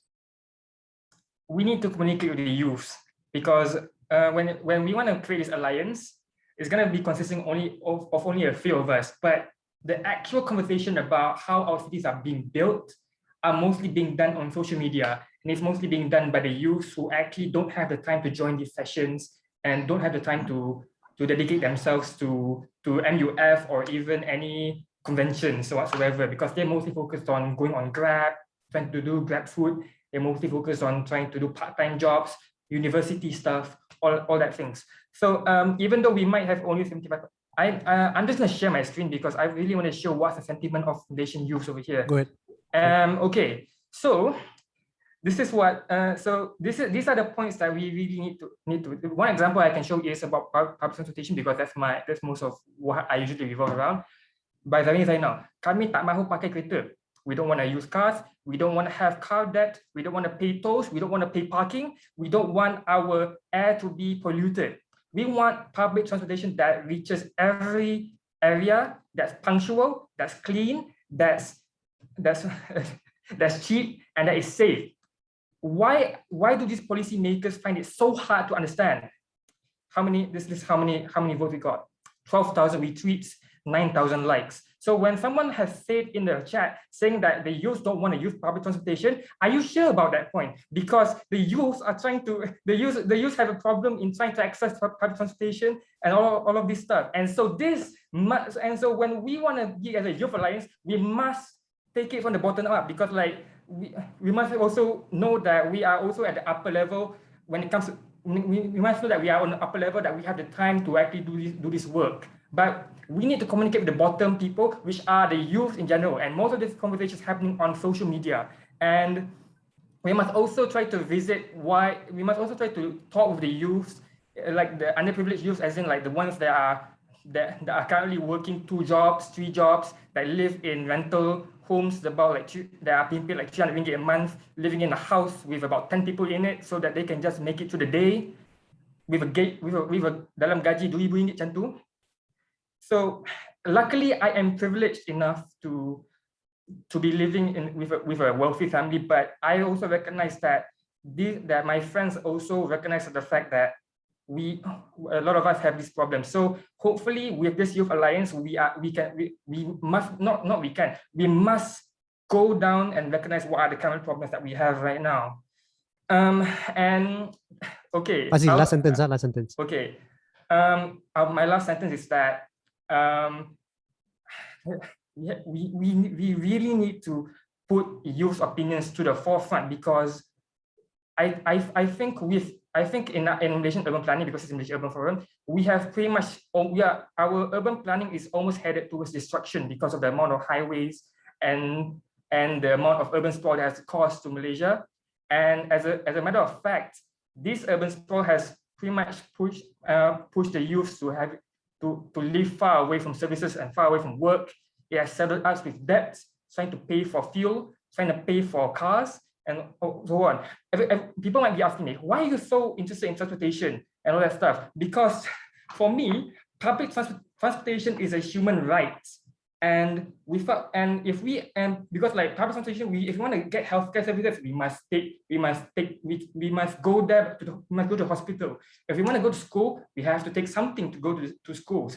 And in a very ideal world, we will be cycling to school, we will be taking the bus to hospitals. But unfortunately, that is not the way we are living here in Malaysia.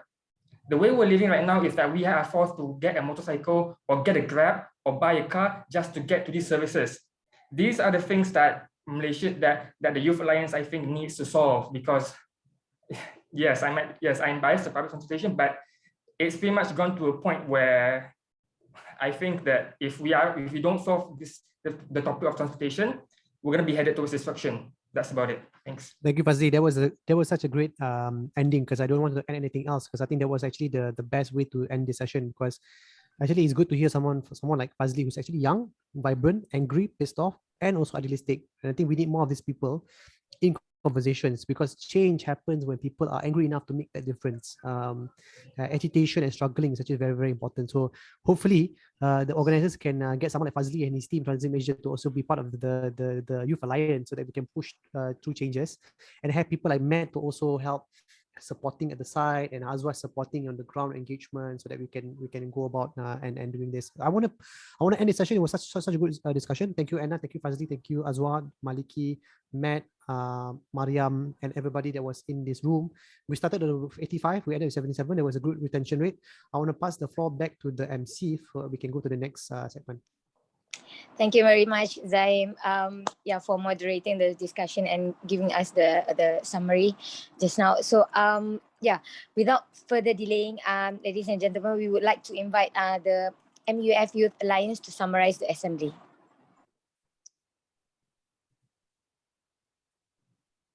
Anyone? Sorry, are you talking about the session earlier? No, I'm talking about now, like the MUF Youth Alliance to summarize the assembly. So is there someone that should be doing this? We're not too sure. So we'd like to invite our Chief Executive Officer of Urbanex Malaysia, CEO, Madam Noliza Hashim, to speak. Okay. Thank you. Okay, thank you so much, everyone. Very good afternoon to everyone. Very nice conversation, very vibrant, very heated up, very energetic. You know, I was listening, even though I was in between two other discussions, but I hear the voice of the youth, you know, and very passionate. You know, I think, yeah, I mean, like Doc has been saying, a lot of you have been saying, you know, everything starts when you are at that age, you know, when you're young or when you're at the youth. I mean, I'm far from that now, but I can recall that being youth, you know, you're always angry because you always think that your needs are not really well taken care of, or your views are not well listened to, and you're always trying to balance between work, you know, we're trying to establish yourself, even as an individual, as a professional, you know, trying to also make sure that you are stabilized, you know, in your work. So I guess that's what Fazli was trying to say just now when he was saying that, you know, you can't even get enough youth to actually even attend the forum, you know, will they have time? And what about, why talk about alliance if they can't actually even find time to actually be here to listen to this discussion? But I think what I've heard so far, you know, I think, and listening from and learning from a lot of success stories, you know, one of the main issues that we have to do is that we need to have a collaborative effort. Because if you're trying to do it alone, like now we have, I'm not sure what the numbers are. I'm not sure whether KBS have the numbers. How many youth NGOs do we have in Malaysia? So for example, if we were to have like 40, 50, 60, you know, so if we have that much of youth NGOs or organizations, why are we not heard? You know, why is youth still not heard?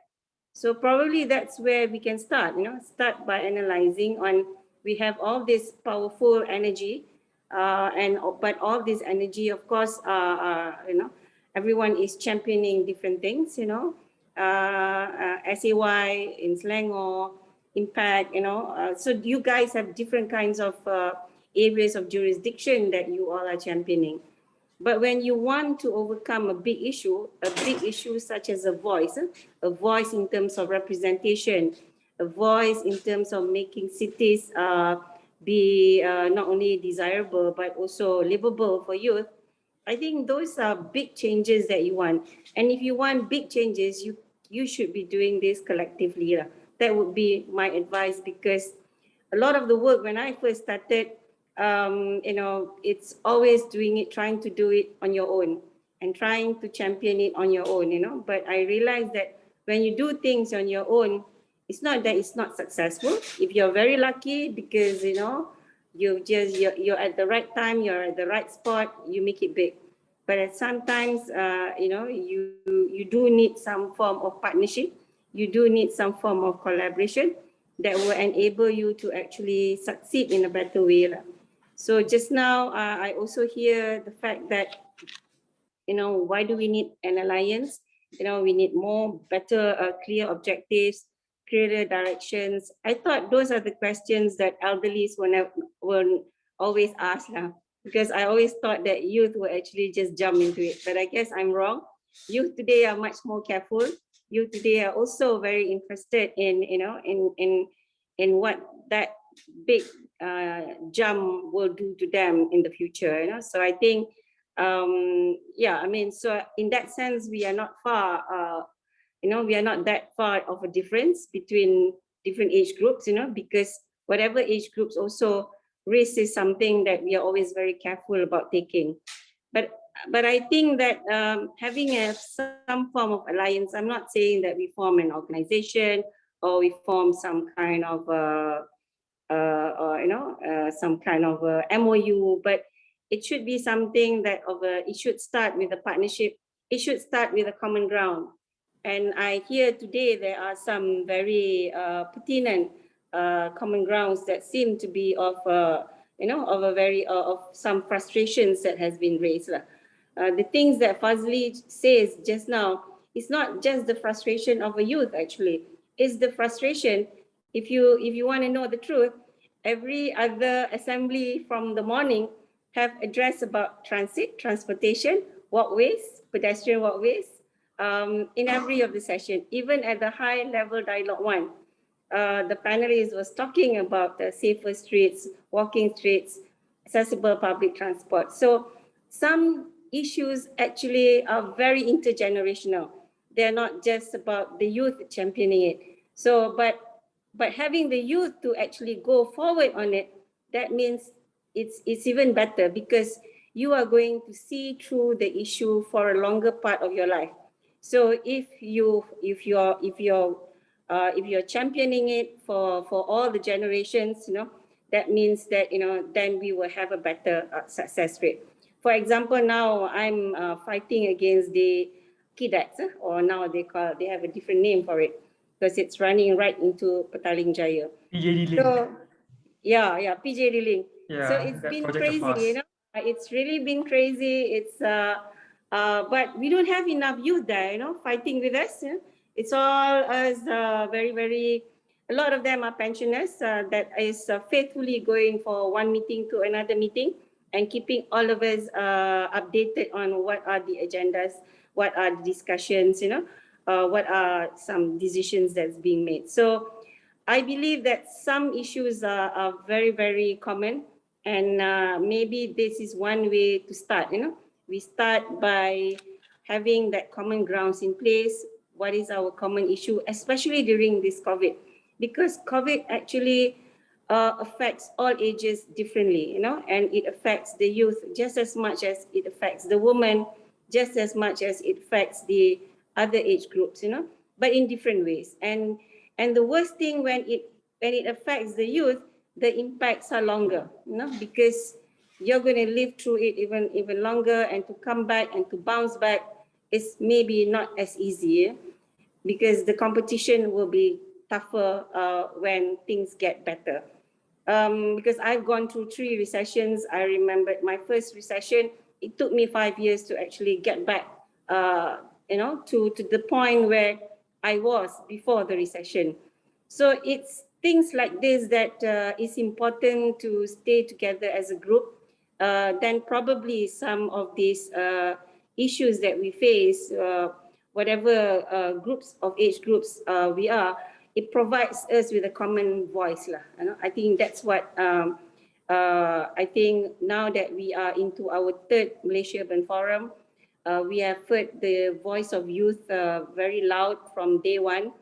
And I think that it's time we start some, I'm just thinking this is a suggestion actually, that we think that it'd be good because the Women Assembly somehow or other are moving quite fast. We have managed to institutionalize gender responsive budgetary process now. Now we are moving into the 30% representation in decision making for women. So, but again, when we first started, it was a difficult road because everyone was championing different things as well. But today we've managed to scale down to just 4 major things that we want to work together with. And I think that's why it's important to actually sort of have some kind of common grounds to work on. It's a suggestion, nothing that we in Albanese are asking youth to actually, no fast and hard rules to say that you have to do it, but it's a suggestion.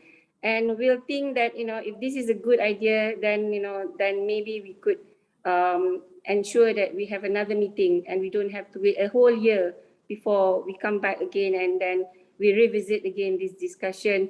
And then we see that, oh my God, it's the same issue 2 years ago, So we are just repeating and we are very much nowhere from the first day we started talking about it. So I think you guys are amazing. I hear that, you got such young people who have so much of ideas and confidence in your views and minds. And I think that's important. You need to bring that to the next level, because that is a talent which Anna say, talent versus experience. And I think combining that will be where that winning factor will be, So never say, people who have wisdom, they help you, but people who have talents are actually the ones that actually drive it. So combining these two actually is a very powerful, I would say a very powerful way of getting what you want to be. So that would be how I've observed. I was there when you had your discussion last year, and I'm glad to have you all again this year. But I'm hoping that maybe through Urbanist Malaysia, we could start some kind of a group. If alliance is such a big word, some kind of a cooperation, or we could start small, because what we learned from Vienna for the women, it just started with one project, and today they've got a whole legal system to actually empower women. So this is something that we have to start somewhere. And yeah, the wish is, of course, to have a representation, a minister up there to raise the voice of the youth. But what if that takes a while to happen? Are we going to wait 1 year, 2 years, another election, So these are things that probably, as time moves on, we move on also. Our age groups moves on, So sometimes that chance comes only once in your point of life. So I would say that, it's very much up to all of you. But what I could offer from Urbanist Malaysia is facilitation, guidance, and through our Ministry of Housing and Local Government, the minister was the Minister of Youth before, and something that maybe we can work with, and to show. I know that we prioritize youth in the urban area because that's the domain we work in, but it doesn't mean that we don't bridge those ideas across to the youth beyond the urban areas. But I think if we can solve some of the problems of the youth in urban areas, there's no stopping of what we can help the youth in the rural areas. So I think the synergy, the integration, that could easily be done if we can just fix some of these basic problems. So for now, I really, really would like to thank all of you, because I know it's not easy for you to have time to attend Urban Forum. So I'm really happy. Thank you, Zaim. Great moderation. I heard the inspirational talk this morning, earlier in the afternoon also. It was a fantastic moderation also. So really, really proud of the Youth Assembly this year. Thank you very much. All right.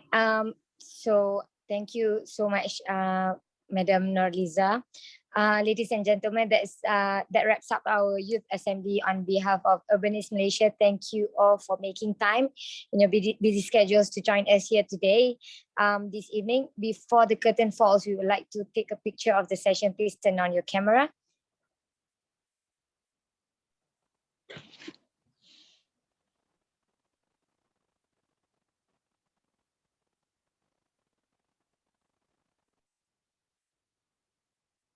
Okay, I suppose we are done taking pictures. All right, okay, good. So billahi taufiq wal hidayah. Assalamualaikum warahmatullahi wabarakatuh. I'm Roslina, and have a nice day ahead. Thank you. Bye, everyone. Bye. Bye. For you. Thank you. Assalamualaikum. Thank you. Salam. Assalamualaikum.